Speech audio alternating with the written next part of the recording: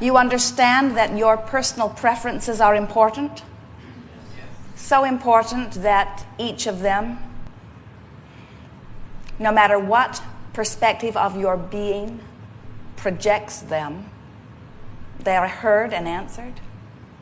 If one of the cells in your body sends out a request to Source for something, it is immediately answered.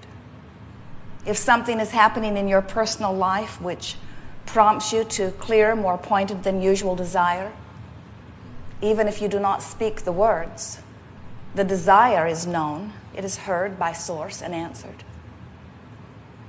Do you believe that? It is the basis of all that is. When you ask, no matter who you are, human or frog, when you ask, Source hears and answers. And when you think about that, it must occur to you that it is the perfect situation where every consciousness which knows best its needs and wants gets to ask from its important perspective. And Source hears every request and answers. And the asker, whether it is the cell in your body, the one-celled amoeba in the ocean, the frog with frog consciousness, the cat with cat consciousness, the human with human consciousness, no matter where you stand when you ask, whether you ask with words or just the desire that vibrates within you, when you ask, it is heard and it is answered every time. The question is this consciousness that is asking in enough vibrational alignment with the desire that it is requesting to allow the connection, the vibrational answering? The cells in your body are aligned when they ask. And you know, every frog we've ever met is aligned too. But humans, bless your hearts, you're more complicated in that you use your focused consciousness in a more creative way. You knew you would. It's why you came forth. You said, I want to go forth and use my intellect, use my ability to discern. I will learn the ways of those who have come before, and I will establish a basis of understanding. And then I will personally attract unto me. And the combinations of what I attract will help me. You said this, we heard you, we said we'd remind you, will help me to conclude my individualistic, selfishly oriented preferences. And I understand, you said, that each time I do that, my preference will be heard and answered. And you said, and I love this experience. I love this environment. I love knowing that not only will I be answered, but so will everyone else. So you said from your non-physical standpoint, I don't need to go forth and whip others into compliance with my beliefs and my desires. You said this universe is stable enough and broad enough and compliant enough to answer the wishes and desires, the hopes and dreams of all who ask. And what others ask for really is not my business, because Source is broad enough, expansive enough, and expanding still further to satisfy all of my desires and all of theirs. There is not a finite bucket of Source. And if that guy gets his prayers answered, then there may not be enough for me. It is an infinite stream or source of resources that expands proportionate to the desire that is created. So as your environment produces a desire within you, and you speak it with your words, or you speak it with your heart, or you vibrate it with your being, you can't help that. That vibration exudes from you. Source hears it, and with law of attraction answers it. And your work is to be a vibrational match to what you're asking for. Earlier we said, bless your human hearts. You are complex beings. And by that we mean you think a lot of thoughts. you focus upon a lot of things. And sometimes you focus upon the desire that has been born, and when you do, it is fulfilled easily. But sometimes you focus upon the pain and struggle that has given birth to the desire, and then you hold yourself in a place of non-compliance or non-alignment or non-allowing of your own desire, because sometimes you get stuck in the trying to justify why you want something mode.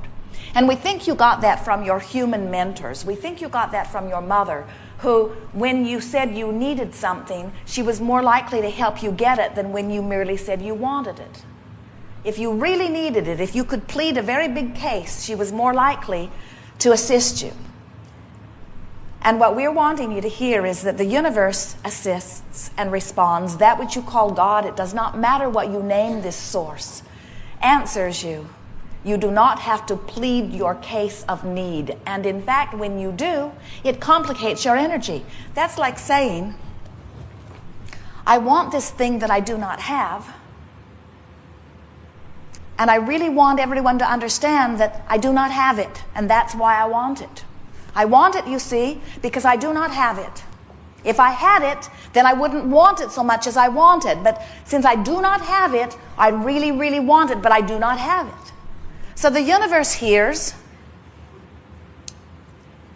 desire for this, and in the time of that, vibrational alignment with this, and then acknowledgement of where I stand and alignment with where I stand. So I'm aligned with my desire, and then I'm not, and then I'm aligned with my desire, and then I'm not, and then I'm aligned with my desire, and then I'm not. And the question that we want to put to you, that we would encourage you to put to yourself on a pretty regular basis is, how much are you in alignment with your desire, and how much are you in alignment with the absence of your desire? And the answer to that question is simple. How much do I talk about what I want and why I want it and feel all the delicious feelings around that? Or how much do I plead my case for how badly I need this thing that I do not have? Every time you justify your need or desire for something, you are in alignment with the absence of it. Do you understand that? You cannot speak your need from your pleading, prayerful position and be a match to what you're asking for, any more than you can set your radio on 98.6 and hear the music that's being projected on 101 FM. They are different vibrational frequencies, and they do not line up. People talk sometimes about law of attraction. They say, I don't understand law of attraction. Don't opposites attract? What's this business of that which is likened to itself is drawn? And we say, think about your radio and ask yourself, can you set it on one frequency and hear what's being broadcast on another? They must be like frequencies. You must be a vibrational match to what you're asking for. So how do you know if you are in alignment with your desire? It's easy. You feel good. You feel good when you're in alignment with your desire. You feel joy, you feel energy, you feel clarity, you feel enthusiasm, you feel love, you feel appreciation. You feel really good when you are really aligned with your own desire. How do you know when you're not aligned? You don't feel so good. You feel fear, or you feel anger, or you feel frustration. So does that mean you should get rid of all negative emotion? Certainly not. It means you should feel what you feel and understand what you are feeling. And when you find yourself in negative emotion, and do not misunderstand us, we know that when you are looking at something that is opposite or different from what you want, it is normal that you would feel negative emotion. We would never want you to look at something that you really do not want and feel good when you see it. Don't worry, that can never happen. Nor would we like you to be so numb to the way you feel that you don't feel what you feel. We want you to be sensitive to the way you feel, because your emotions let you know what your vibrational state of being is. You can tell when you're lined up with who you are, and you can tell when there is resistance within your energy. Resistance always feels like negative emotion. Sometimes what happens to you is you're feeling negative emotion.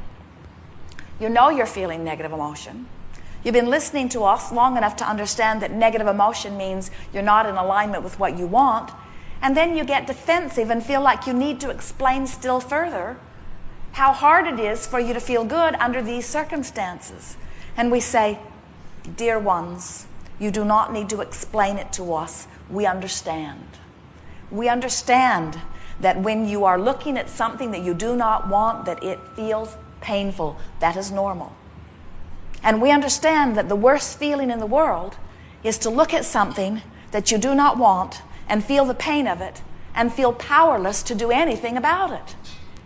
Sometimes people you love are having situations that they have created that you can't fix. And when you focus upon where they are, you feel pain. And it feels unkind of you to withdraw your attention from their pain just so that you can feel better. But we say, let's explore the options. You cannot create in their experience. You can join them in their pain, or you can focus upon the aspects of them that do not bring you pain, or you can turn your attention to something else altogether. You have millions and millions of options, their pain being only one of them. The question that you have to ask yourself is their pain less when I join them? And we would like to say to you, no, it is not, it is more. If you join anyone in their discomfort or pain, you activate within yourself a frequency that when you hold them as your object of attention, assists them in activating it too. In other words, that's what the power of influence is. So if you love others, one or many, and it is your desire to ease their pain, do not get involved in whatever is troubling them. The next thing we would like to say to you is that even though, as you look at where they stand, it may feel uncomfortable to you, it is our promise to you that they are not feeling the pain in the same way that you are, because their vantage point is different. You see, what emotions always are is the vibrational difference between frequencies within your being. So if you've got a desire that is vibrating here, and you're focused upon something that is vibrating here, the difference in those frequencies is what equals your emotional response. So when you're focused upon your desire, and you are therefore in full alignment with your desire, and therefore with your source, energy is flowing through you in a non-resisted way, and you are thriving. But if you want something for someone else, maybe your daughter, maybe your mate, maybe your parents, maybe someone in another country, as you want something for someone that they are currently not living, and you are focused upon where they are living, now you're feeling the discord between your desire for them and your belief of where they are. And what we are saying to you is your desire for them is predicated upon your desire for yourself, while their desire for them is not predicated upon your desire for them. In other words, it's like you going to what you would call a very underdeveloped country after you've lived in a place like this, after you've eaten in a place like this, after you've moved about in a place like this, after you've earned the income you earn, after you've lived in the space that you've lived in, after you dress the way you dress, as you move around in the vehicles you move around in, and then you take all of that knowledge and all of that desire and all of that standard of living and all of that you want, and you go visit someone who lives very, very differently, you cannot all of a sudden revert to their way of looking at life. You're still looking at life through your point of desire. So when you take your desire into someone else's experience, and then you look at where they stand, the range between what you're seeing as now reality and the range of your desire is huge in its difference. What we're saying to you is, you're feeling more pain for others in most cases than they are feeling for themselves, because you are putting yourself in a place where you are feeling a range that is very different and distorted. Now, the remedy to this is very simple, and we're going to give it to you as lovingly and as clearly as we can. Mind your own business. In other words, have desires for things that have to do with you. And we certainly want you to want well-being for others, but do not get intricately involved in the lives of others where you have no vibrational control, because you set yourself up for vibrational discord, which then is detrimental to your experience.